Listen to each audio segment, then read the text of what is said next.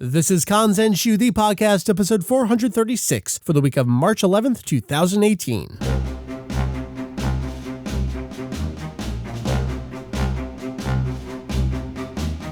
Hello, welcome back to Kanzenshuu, the podcast, an extension of the all-encompassing Dragon Ball fan site, Kanzenshuu. We cover anything and everything Dragon Ball in hopes of enlightening and a little bit of entertaining. Hear a little bit in there in my voice. That's, right there. Sorry. It's going to be very short before we get to other people on the show, I guarantee you. My name is Mike, sometimes Vegito EX, always Mike. It's been a crazy month. We're on our third winter storm right now. It wasn't too bad today, but I am home as we're recording right now, throwing off all of our GT recording plans, unfortunately, too. So what we got for you this episode is something else entirely, but that's a good thing because we just had some major announcements. We just had the official website for the upcoming December 14th, 2018, new Dragon Ball Super theatrical movie that has all been announced. We have key staff, we have a new visual, we got comment from Toriyama. So what I got on tap for you here are two little mini topics with different folks. First up, you're going to hear from Julian here at Kanzenshuu. Julian retranslated Toriyama's comment that was already provided in English on the official website. Now, why is that? Why would we go and do something incredibly stupid like that? Well, you're going to hear all about that in our little topic there. We're going to dive into what Toriyama said, what it means, what it doesn't mean. And then after that, I'm going to chat with Ajay a little bit about the key staff that have been revealed, the director, the animation supervisor, the art director, and yes, Nozawa is there as well. Who are these people? What are they known for? What are they doing here on this film? And where on earth is Tadayoshi Yamamuro? So without any further ado, again, you don't want to listen to me like this. You want to listen to other people. So let's get into it right now. First up is Julian talking about Toriyama's comment. Let's hit it. Well, I grabbed Julian at work because it's no day for me. I'm home. I'm recording podcasts. So, Julian, we have a new movie. We have a new announcement. We have text from Toriyama. What I would like to talk about with you here is Toriyama's comment. This was expected, and then there was weirdness to it. Yep, it's interesting. I'll give you that. So this is one of those examples where I load things up. I don't look in full. I'm like, hey, who's going to translate this? And Julian's like, hey, Dumbo, it's already translated. Oh, sorry. And then wait a minute.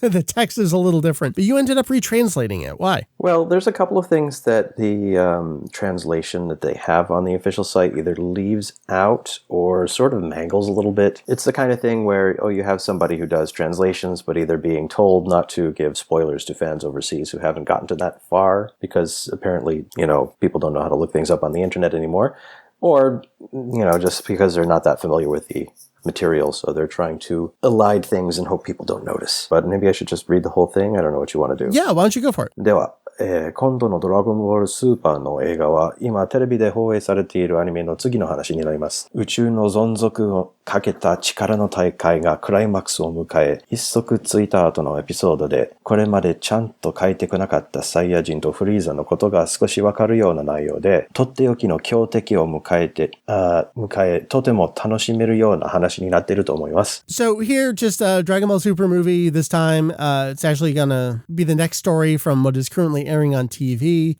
Like you said, after the Tournament of Power, with the universe's existence on the line, with content that will give a little better understanding about Frieza and the Saiyans, which I hadn't properly depicted up till now, and leading to a mighty foe saved for the occasion, which I think has it shaping up to be a really enjoyable story. And saved up for the occasion is totteokino, which usually means they have something in mind or they have something saved up, or they're keeping it hidden for now. So it's not clear whether they mean in the context of the story or something that Toriyama himself has been waiting to use. But okay, moving on. 2013年の映画神と神から前回の復活の F、そして今回もずっと話は僕がバッチリ書いてますし、デザインイラストもなども結構たくさん書かせてもらってます。実は相変わらず忙しいのですが、連載をしていなければ以前は全くノータッチだったアニメのことを考える余裕もあるわけです。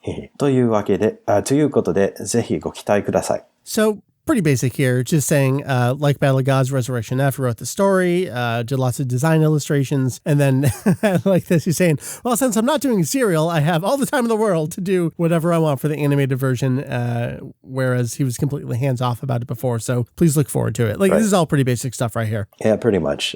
So it's in some sense, it's a little bit boilerplate, but it's reassuring to know that he has at least a say in where things are going. And, okay, so next paragraph. さて、テレビアニメは一旦終わってしまいますが、大人気の豊太郎先生の書くドラゴンボールスーパーの漫画、コミックス5巻まで発売中はこのままずっと続きます。テレビアニメや映画とはまた違った展開もあると思うので、楽しみにしていてください。こちらもぜひよろしく。So this is getting into some stuff that people are really latching on to, and I don't know if they're necessarily taking it not out of context. Let's get into it. So Toriyama says, Now then, the animated version on TV, this is how you translate it, will be ending for the time being, but the very popular Dragon Ball Super comic drawn by Toyotaro, on sale now up through Volume 5, will keep going as is. And then he goes on, I think there will also be story developments different from the TV show and the movie, so please look forward to that as well. I will be too.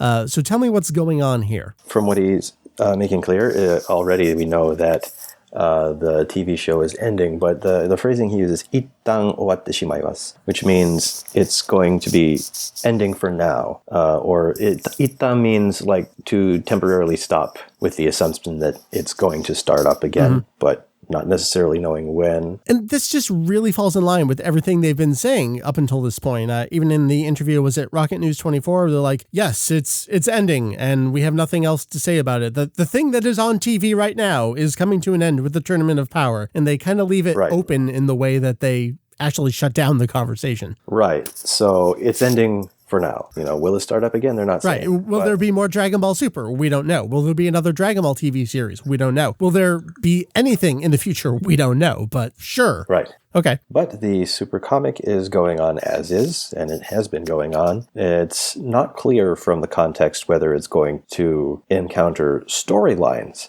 not present in the TV show or the movie. The way that he phrases it is that there will be story developments that are different, but we've already seen that there are developments that are different, as well as some of the events, and not just in terms of time progression, but the way that it's written. Even. Right, different forms, different between the two versions, entirely different versions of climaxes, sure. Yeah, and even like visual differences, like Gohan wearing the outfit of Piccolo versus his father. So all this is stuff that we kind of know already. We kind of assume that it's going to have other differences, even if we don't know what they are. It's just not clear from the context whether he means that there's going to be additional material that we haven't seen in a different form. Right. What I think a lot of people are running with right now is, so what's going to happen is that the Super manga is going to tell a Tournament of Power, and then the Super manga will continue and tell the story of the movie. Well, they don't explicitly say that here, and what is said can also just describe everything that's already been happening. Right. And one of the things he mentions in Japanese is that the manga is konomama zutto. So, in other words, it's going to keep on going as is, and zutto implies not quite always, but like for the foreseeable future. There's no plans to end it. If the previous arc is anything to go by, I mean, the Trunks arc went forever. Like 7 months past where the TV version did.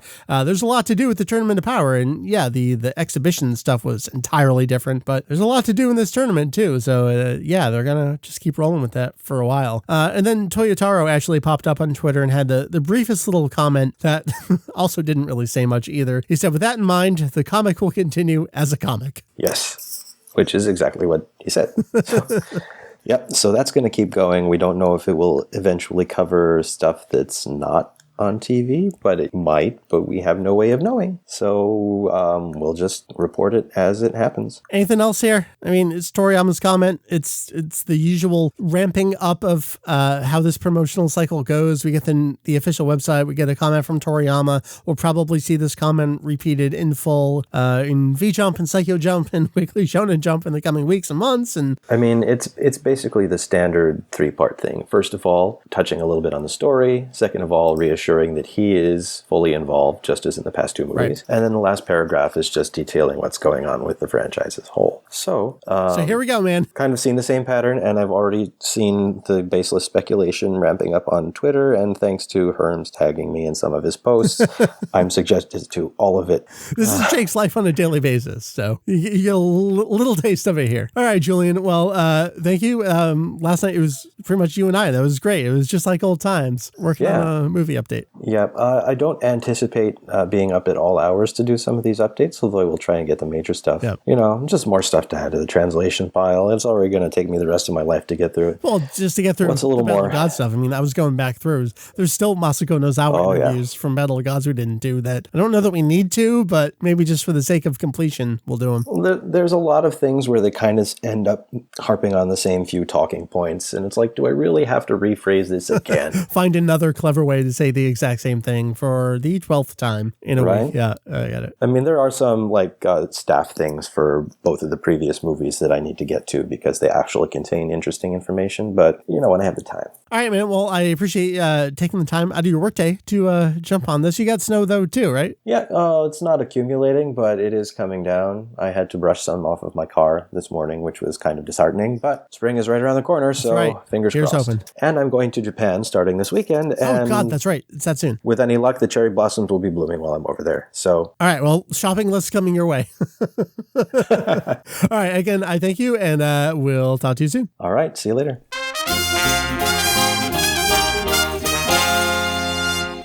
Chatting up some of the very few names we have, key staff for the movie. Ajay, welcome. Hello. Do you believe that this is true? Have we truly awoken in this brave new world? We have. It's so strange, and I can't calm down. It's bizarre. So, all right, we're going to run down. There's only 4 or 5 real names associated with the movie right now. There are names that are not included here. We will get to that in due time. I say due time. I don't expect this to be like a 45-minute talk. We got lots of stuff to go through. So let's just start at the beginning. New movie, original author, script, character designs, Akira Toriyama. This is exactly the same as it was for Resurrection F. And the only difference between Resurrection F and Battle of Gods is that Toriyama didn't do the script for Battle of Gods initially, although in retrospect we hear he pretty much did rewrite it, but that's a whole nother thing.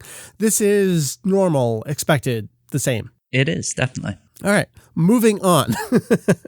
So, in 2013 for Battle of Gods, we had Masahiro Hosoda as the film's director. Lots of stuff you could say or not say about the direction in that movie and what role he truly had there. We'll leave that behind. Resurrection F, very different. We had Tadayoshi Yamamuro, not just in charge of the animation, but actually the director for the film. That was very different at the time, wasn't it? Yeah, that was certainly an experience. It was his first time ever directing anything and storyboarding anything entirely by himself, and I think his freshness, for lack of a better word, was definitely on display there. I think a lot of the pitfalls, aside from obviously the concepts that a lot of people didn't like, I think the overall sort of excitement and rewatchability that film lacks, at least to me, comes from him. So, all right. Well, we're splitting that stuff up all over again here for the new film that we don't really have a title for, although it's tentatively a Dragon Ball Super film. That's what we know. The director, Tatsuya Nagamine. This is a name that is, it may not be familiar to you, but you're seeing their work on screen right now as one of the series directors during the Universe Survival arc in Dragon Ball Super. Yeah, that's been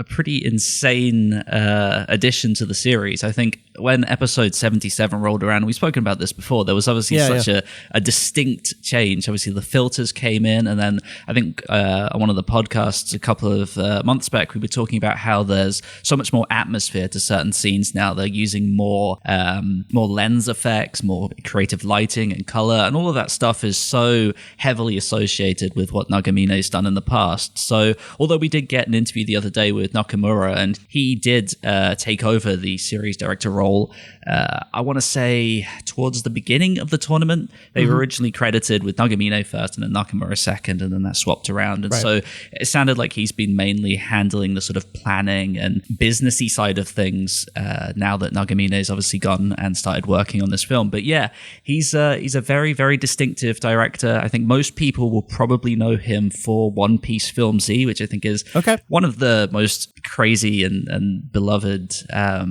One Piece films ever. So this is really, really exciting that he's going to be taking on a Dragon Ball film. Well, that's all being split up again because we have a separate animation supervisor from the director here on the upcoming new film, Naohiro Shintani.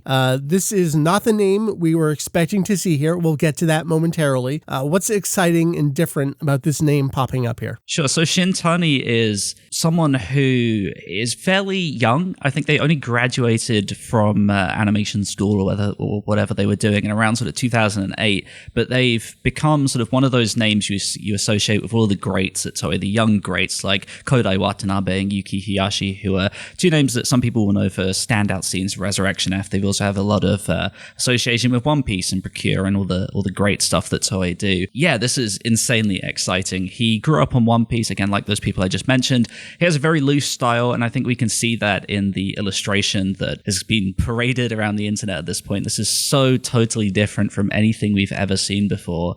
I think if he gets all of the creative freedom that he should hopefully have in this position, this film will be very, very animated and very, very different from anything we've ever seen before. Right. Well, let's come back to that role momentarily. There's a lot more to say there with regard to other people. We have one last name here in art direction, Kazuo Ogura. Yeah, so this is, I mean, I guess it's still a positive, but it's a bit less exciting. Dragon Ball's always had great background art.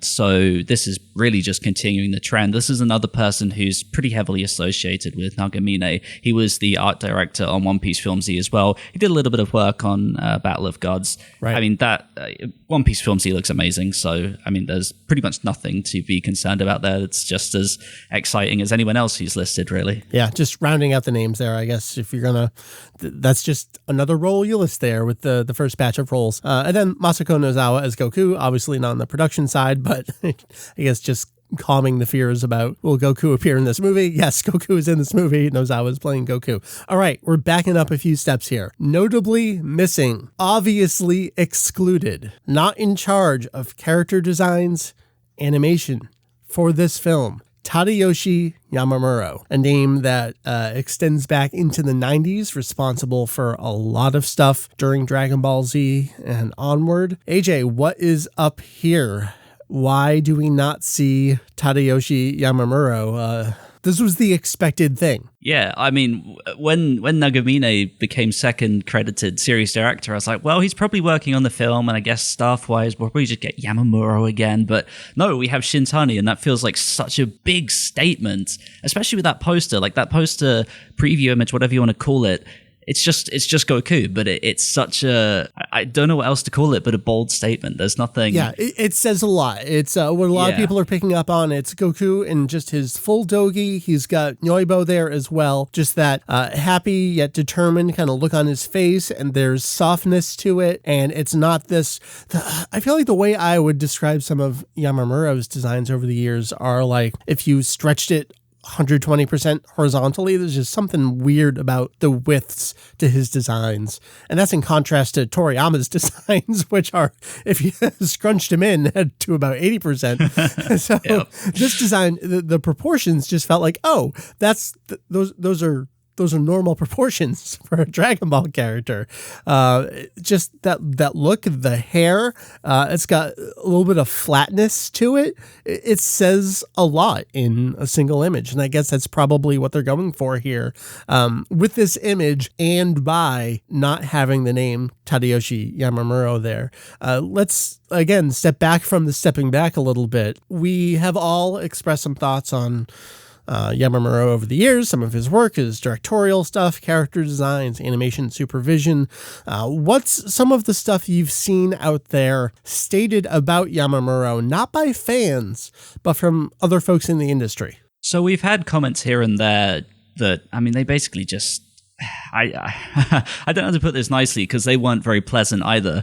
I believe it was Hisashi Iguchi, I think he was going to be on Resurrection, or he was on Resurrection F. They said that he was told, you can do whatever you want, it'll be fine. And then Yamamuro came along and totally redrew it. And he said something like, he's just a small fish in a big pond or something like that. Just basically he's, I think I was talking to Kay earlier today and he said that, there's a word that people throw around. He's basically just old stock. He just doesn't, he's had his heyday and he's kind of burnt out and kind of falling into these same pitfalls over and over again. It's very samey, and I think a lot of industry people are just not very enthusiastic about his designs. I mean, we were talking about that Naotoshi Shida Q&A, I think, at one point, and it's so transparent when people ask questions like, "Oh, who's your favorite character designer?" and he's like listing all of these different names, and Yamamuro is very clearly absent from all of these lists. So. So there's that angle to it, but there is that, again, that statement, that bold statement of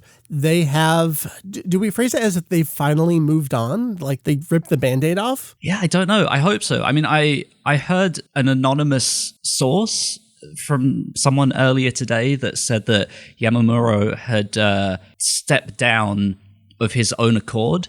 So I don't know if that's just saving face kind of rumors around. But citation needed here, AJ. Yeah, exactly. So it's just, I don't really know what to say. It's such a bold statement. I don't know why they've done this. I don't know if this is something that Nagamine has insisted on, because like I said, like everyone who is listed in the staff list has been very closely associated with Nagamine over and over and over again. So it could be any combination of, look, if this is mine, we're going to do it my way. We're going to use my people. It could be a mutual, sir, thank you for your service, we're moving on kind of thing. Everyone just don't address it and we won't have a problem here. Or it could have been simply, you're no longer needed. I don't think we're going to get the story here other than what we see on screen, right? Yeah, exactly. I think the big tell will obviously be, I mean, even when Super comes back in whatever form it does, whether they carry on with this aesthetic, and right. I guess whether this aesthetic is really that strong when we finally get a preview of the film. That's true. Yeah.